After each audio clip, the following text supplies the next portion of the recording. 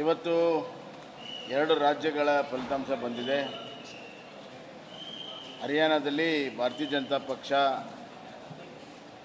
ಸಂಪೂರ್ಣ ಬಹುಮತದತ್ತ ವಿಜಯದತ್ತ ದಾಪುಗಾಲನ್ನು ಹಾಕ್ತಾ ಇದೆ. ಇದು ನಮ್ಮ ನರೇಂದ್ರ ಮೋದಿಜಿ ಪ್ರಧಾನಮಂತ್ರಿಗಳ ನಾಯಕತ್ವ ಮತ್ತು ಅಲ್ಲಿಯ ಸಂಘಟನೆಯ ಬಲ ಇವತ್ತು ಹರಿಯಾಣಗೆ ವಿಜಯವನ್ನು ತಂದುಕೊಡ್ತಾ ಇದೆ.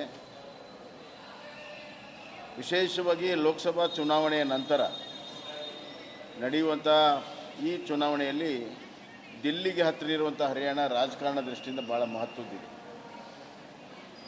ಇಡೀ ದೇಶದ ಒಂದು ರಾಜಕಾರಣ ಯಾವ ದಿಕ್ಕಿನಲ್ಲಿ ಸಾಗ್ತಾ ಇದೆ, ಯಾವ ಮೂಡ್ನಲ್ಲಿ ಸಾಗ್ತಾ ಇದೆ, ಅದು ದಿಕ್ಕಸೂಚಿ ಇದೆ. ಮತ್ತು ಕಾಂಗ್ರೆಸ್ಸಿನ ಜಾತಿ ರಾಜಕಾರಣವನ್ನು ಇವತ್ತು ಹರಿಯಾಣದ ಜನ ತಿರಸ್ಕರಿಸಿದ್ದಾರೆ. ಅವರು ಏನೆಲ್ಲವನ್ನೂ ಕೂಡ ಪ್ರಯತ್ನ ಮಾಡಿದರು. ಭಾರತೀಯ ಜನತಾ ಪಕ್ಷವನ್ನು ಸಂವಿಧಾನ ವಿರೋಧಿ ಅಂತ ಬಿಂಬಿಸುವ ಪ್ರಯತ್ನ ಮಾಡಿದರು, ಜಾತಿ ರಾಜಕಾರಣ ಮಾಡಿದರು. ಅವೆಲ್ಲವನ್ನೂ ಕೂಡ ಜನ ತಿರಸ್ಕಾರ ಮಾಡ್ತಾಯಿದ್ದಾರೆ. ಹೀಗಾಗಿ ಮತ್ತೊಮ್ಮೆ ಸಬ್ಕೆ ಸಾಥ್ ಸಬ್ಕಾ ವಿಕಾಸ್ ಮತ್ತು ಶ್ರೇಷ್ಠ ಭಾರತ್ ಅಮೃತಕಾಲ್ ಈ ವಿಚಾರಕ್ಕೆ ಜನ ಬೆಂಬಲ ಕೊಟ್ಟಿದ್ದಾರೆ. ನರೇಂದ್ರ ಮೋದಿ ನಾಯಕತ್ವಕ್ಕೆ ಬೆಂಬಲ ಕೊಟ್ಟಿದ್ದಾರೆ. ಮಹಾರಾಷ್ಟ್ರದಲ್ಲೂ ಕೂಡ ಇದೇ ಥರದ ಫಲಿತಾಂಶ ಬರುವಂಥ ವಿಶ್ವಾಸ ನಮಗೆ. ಜಮ್ಮು ಕಾಶ್ಮೀರದಲ್ಲಿ ಒಂದು ರೀತಿಯಲ್ಲಿ ಅದು ಸ್ವಲ್ಪ ಸಾಮಾಜಿಕವಾಗಿ ಭಾಳ ಸೆನ್ಸಿಟಿವ್ ಇರುವಂಥ ಒಂದು ಜಿಲ್ಲೆ, ಇದು ರಾಜ್ಯ. ಕಣಿವೆ ಮತ್ತು ಕಣಿವೆ ಹೊರಗಡೆ ನಮಗೆ ನಿರೀಕ್ಷಿತ ಜಯ ಸಿಕ್ಕಿದೆ. ಕಣಿವೆ ಒಳಗಡೆ ಅಲ್ಲಿ ನ್ಯಾಷನಲ್ ಕಾನ್ಫರೆನ್ಸು ಮತ್ತು ಕಾಂಗ್ರೆಸ್ಗೆ ಜಯ ಸಿಕ್ಕಿದೆ. ಬಟ್ ಇದು ಅಂತಿಮವಲ್ಲ. ಜಮ್ಮು ಕಾಶ್ಮೀರನಲ್ಲಿ ಇನ್ನೂ ರಾಜಕಾರಣ ಇದೆ. ಬರುವಂಥ ದಿನಗಳಲ್ಲಿ ಅದು ಸ್ಪಷ್ಟ ಚಿತ್ರ ಬರ್ತದೆ. ಅವ್ರ ಪಕ್ಷದ ನಾಯಕರಲ್ಲಿ ಈಗ ಸಿಎಂ ಅವರ ಪ್ರಕರಣ ಮತ್ತು ಬಿಜೆಪಿ ಅಪಪ್ರಚಾರದಿಂದ ಈ ಸೋಲಾಯಿತು ಹರಿಯಾಣದಲ್ಲಿ ಅಂತ ಹೇಳಿದ್ದಾರೆ. ಅಲ್ಲಿ ಈಗ ಅವ್ರಿಗೆ ಸೋತ ಮೇಲೆ ಏನೋ ನೆಪ ಹೇಳಬೇಕು. ಸೋಲನ್ನು ಒಂದು ರೀತಿಯಲ್ಲಿ ಗಂಭೀರವಾಗಿ ಗೌರವಯುತವಾಗಿ ಒಪ್ಪಿಕೊಂಡ್ರೆ ಅವ್ರಿಗೆ ಶೋಭೆ ತರ್ತದೆ. ಕುಂಟು ನೆಪ ಹೇಳಿದರೆ ಇದೇ ಥರ ಕೊಂಡ್ಕೊಂಡು ಹೋಗ್ತಾರೆ. ಜಾತಿ ಜನಗಣತಿ ವಿಚಾರ ಮತ್ತು ಒಳ ಮೀಸಲಾತಿ ವಿಚಾರ ಬಿಜೆಪಿ ನಿಲುವು ಏನಾಗಿದೆ? ಅಲ್ಲ, ನಮ್ಮದು ಒಳ ಮೀಸಲಾತಿದಲ್ಲಿ ಭಾಳ ಸ್ಪಷ್ಟ ಇದೆ. ನಾವು ಆಗಲೇ ರೆಕಮೆಂಡ್ ಮಾಡಿದ್ದೀವಿ.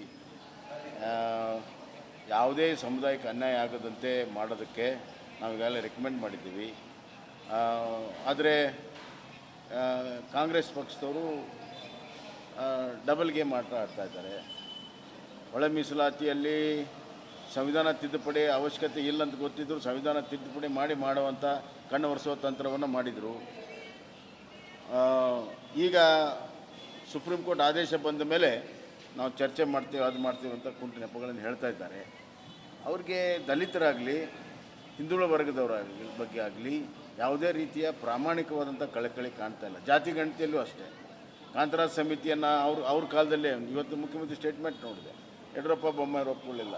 ಕಾಂತರಾಜ್ ಕಮಿಟಿ ಅವರಿದ್ದಾಗಲೇ ಕೊಟ್ಟಿರುವಂಥದ್ದು 2017ರಲ್ಲಿ.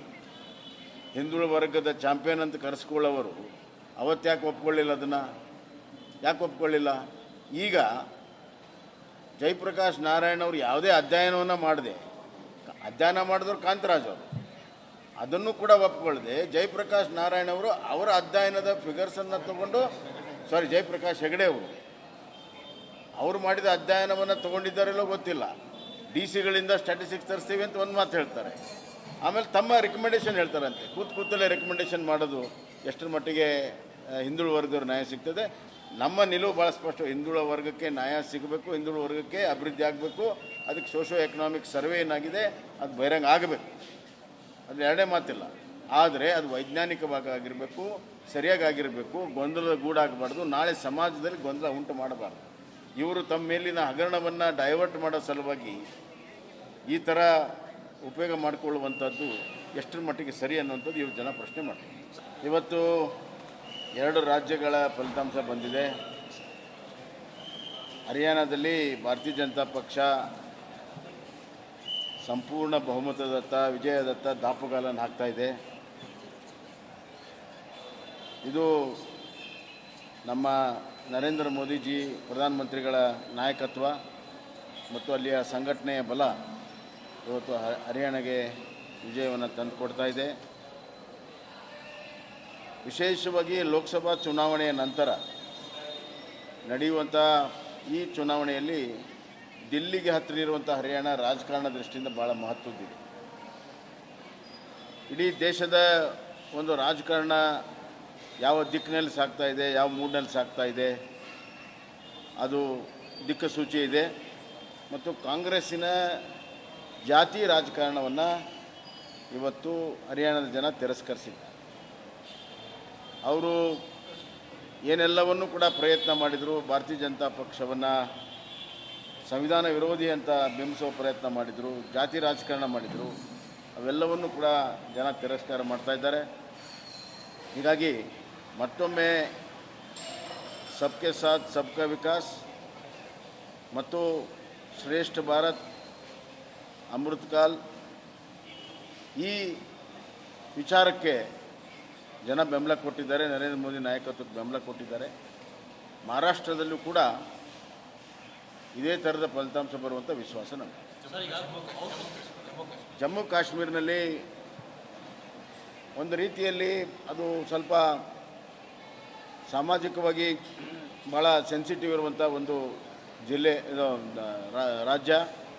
ಕಣಿವೆ ಮತ್ತು ಕಣಿವೆ ಹೊರಗಡೆ ನಮಗೆ ನಿರೀಕ್ಷಿತ ಜಯ ಸಿಕ್ಕಿದೆ. ಕಣಿವೆ ಒಳಗಡೆ ಅಲ್ಲಿ ನ್ಯಾಷನಲ್ ಕಾನ್ಫರೆನ್ಸು ಮತ್ತು ಕಾಂಗ್ರೆಸ್ಸಿಗೆ ಜಯ ಸಿಕ್ಕಿದೆ. ಬಟ್ ಇದು ಅಂತಿಮವಲ್ಲ. ಜಮ್ಮು ಕಾಶ್ಮೀರನಲ್ಲಿ ಇನ್ನೂ ರಾಜಕಾರಣ ಇದೆ. ಬರುವಂಥ ದಿನಗಳಲ್ಲಿ ಅದು ಸ್ಪಷ್ಟ ಚಿತ್ರ ಬರ್ತದೆ. ಅವ್ರ ಪಕ್ಷದ ನಾಯಕರಲ್ಲಿ ಈಗ ಸಿಎಂ ಅವರ ಪ್ರಕರಣ ಮತ್ತು ಬಿಜೆಪಿ ಅಪಪ್ರಚಾರದಿಂದ ಈ ಸೋಲಾಯಿತು ಹರಿಯಾಣದಲ್ಲಿ ಅಂತ ಹೇಳಿದ್ದಾರೆ. ಅಲ್ಲಿಗೆ ಅವ್ರಿಗೆ ಸೋತ ಮೇಲೆ ಏನೋ ನೆಪ ಹೇಳಬೇಕು. ಸೋಲನ್ನು ಒಂದು ರೀತಿಯಲ್ಲಿ ಗಂಭೀರವಾಗಿ ಗೌರವಯುತವಾಗಿ ಒಪ್ಕೊಂಡ್ರೆ ಅವರಿಗೆ ಶೋಭೆ ತರ್ತದೆ. ಕುಂಟು ನೆಪ ಹೇಳಿದರೆ ಇದೇ ಥರ ಕೊಂಡ್ಕೊಂಡು ಹೋಗ್ತಾರೆ. ಜಾತಿ ಜನಗಣತಿ ವಿಚಾರ ಮತ್ತು ಒಳ ಮೀಸಲಾತಿ ವಿಚಾರ ಬಿಜೆಪಿ ನಿಲುವು ಏನಾಗಿದೆ? ನಮ್ಮದು ಒಳ ಮೀಸಲಾತಿದಲ್ಲಿ ಭಾಳ ಸ್ಪಷ್ಟ ಇದೆ. ನಾವು ಆಗಲೇ ರೆಕಮೆಂಡ್ ಮಾಡಿದ್ದೀವಿ, ಯಾವುದೇ ಸಮುದಾಯಕ್ಕೆ ಅನ್ಯಾಯ ಆಗದಂತೆ ಮಾಡೋದಕ್ಕೆ ನಾವು ಈಗಾಗಲೇ ರೆಕಮೆಂಡ್ ಮಾಡಿದ್ದೀವಿ. ಆದರೆ ಕಾಂಗ್ರೆಸ್ ಪಕ್ಷದವರು ಡಬಲ್ ಗೇಮ್ ಆಟ ಆಡ್ತಾ ಇದ್ದಾರೆ. ಒಳ ಮೀಸಲಾತಿಯಲ್ಲಿ ಸಂವಿಧಾನ ತಿದ್ದುಪಡಿ ಅವಶ್ಯಕತೆ ಇಲ್ಲ ಅಂತ ಗೊತ್ತಿದ್ದರು, ಸಂವಿಧಾನ ತಿದ್ದುಪಡಿ ಮಾಡುವಂಥ ಕಣ್ಣು ಒರೆಸುವ ತಂತ್ರವನ್ನು ಮಾಡಿದರು. ಈಗ ಸುಪ್ರೀಂ ಕೋರ್ಟ್ ಆದೇಶ ಬಂದ ಮೇಲೆ ನಾವು ಚರ್ಚೆ ಮಾಡ್ತೀವಿ, ಅದು ಮಾಡ್ತೀವಿ ಅಂತ ಕುಂಟು ನೆಪಗಳನ್ನು ಹೇಳ್ತಾ ಇದ್ದಾರೆ. ಅವ್ರಿಗೆ ದಲಿತರಾಗಲಿ ಹಿಂದುಳಿದ ವರ್ಗದವರಾಗಲಿ ಬಗ್ಗೆ ಆಗಲಿ ಯಾವುದೇ ರೀತಿಯ ಪ್ರಾಮಾಣಿಕವಾದಂಥ ಕಳಕಳಿ ಕಾಣ್ತಾ ಇಲ್ಲ. ಜಾತಿ ಗಣತಿಯಲ್ಲೂ ಅಷ್ಟೇ ಕಾಂತರಾಜ್ ಸಮಿತಿಯನ್ನು ಅವ್ರ ಕಾಲದಲ್ಲೇ, ಇವತ್ತು ಮುಖ್ಯಮಂತ್ರಿ ಸ್ಟೇಟ್ಮೆಂಟ್ ನೋಡಿದೆ, ಯಡಿಯೂರಪ್ಪ ಬೊಮ್ಮಾಯಿ ಒಪ್ಕೊಳ್ಳಿಲ್ಲ. ಕಾಂತರಾಜ್ ಕಮಿಟಿ ಅವರಿದ್ದಾಗಲೇ ಕೊಟ್ಟಿರುವಂಥದ್ದು 2017ರಲ್ಲಿ. ಹಿಂದುಳಿದ ವರ್ಗದ ಚಾಂಪಿಯನ್ ಅಂತ ಕರೆಸ್ಕೊಳ್ಳೋವರು ಅವತ್ತು ಯಾಕೆ ಒಪ್ಕೊಳ್ಳಿಲ್ಲ? ಅದನ್ನು ಯಾಕೆ ಒಪ್ಕೊಳ್ಳಿಲ್ಲ? ಈಗ ಜಯಪ್ರಕಾಶ್ ನಾರಾಯಣ್ ಅವರು ಯಾವುದೇ ಅಧ್ಯಯನವನ್ನು ಅಧ್ಯಯನ ಮಾಡಿದ್ರು ಕಾಂತರಾಜ್ ಅವರು, ಅದನ್ನು ಕೂಡ ಒಪ್ಕೊಳ್ಳದೆ ಜಯಪ್ರಕಾಶ್ ನಾರಾಯಣ್ ಅವರು ಅವರ ಅಧ್ಯಯನದ ಫಿಗರ್ಸನ್ನು ತಗೊಂಡು, ಜಯಪ್ರಕಾಶ್ ಹೆಗಡೆ ಅವರು ಮಾಡಿದ ಅಧ್ಯಯನವನ್ನು ತೊಗೊಂಡಿದ್ದಾರೆಲ್ಲೋ ಗೊತ್ತಿಲ್ಲ. DC ಗಳಿಂದ ಸ್ಟ್ಯಾಟಿಸ್ಟಿಕ್ಸ್ ತರಿಸ್ತೀವಿ ಅಂತ ಒಂದು ಮಾತು ಹೇಳ್ತಾರೆ, ಆಮೇಲೆ ತಮ್ಮ ರಿಕಮೆಂಡೇಷನ್ ಹೇಳ್ತಾರಂತೆ. ಕೂತಲ್ಲೇ ರೆಕಮೆಂಡೇಷನ್ ಮಾಡೋದು ಎಷ್ಟರ ಮಟ್ಟಿಗೆ ಹಿಂದುಳಿದ ವರ್ಗದವ್ರು ನ್ಯಾಯ ಸಿಗ್ತದೆ? ನಮ್ಮ ನಿಲುವು ಭಾಳ ಸ್ಪಷ್ಟ. ಹಿಂದುಳಿದ ವರ್ಗಕ್ಕೆ ನ್ಯಾಯ ಸಿಗಬೇಕು, ಹಿಂದುಳಿದ ವರ್ಗಕ್ಕೆ ಅಭಿವೃದ್ಧಿ ಆಗಬೇಕು. ಅದಕ್ಕೆ ಸೋಷೋ ಎಕನಾಮಿಕ್ ಸರ್ವೆ ಏನಾಗಿದೆ ಅದು ಬಹಿರಂಗ ಆಗಬೇಕು, ಅದು ಎರಡೇ ಮಾತಿಲ್ಲ. ಆದರೆ ಅದು ವೈಜ್ಞಾನಿಕವಾಗಿ ಆಗಿರಬೇಕು, ಸರಿಯಾಗಿ ಆಗಿರಬೇಕು, ಗೊಂದಲದ ಗೂಡಾಗಬಾರ್ದು. ನಾಳೆ ಸಮಾಜದಲ್ಲಿ ಗೊಂದಲ ಉಂಟು ಮಾಡಬಾರ್ದು. ಇವರು ತಮ್ಮ ಮೇಲಿನ ಹಗರಣವನ್ನು ಡೈವರ್ಟ್ ಮಾಡೋ ಸಲುವಾಗಿ ಈ ಥರ ಉಪಯೋಗ ಮಾಡಿಕೊಳ್ಳುವಂಥದ್ದು ಎಷ್ಟರ ಮಟ್ಟಿಗೆ ಸರಿ ಅನ್ನುವಂಥದ್ದು ಇವರು ಜನ ಪ್ರಶ್ನೆ ಮಾಡ್ತಾರೆ.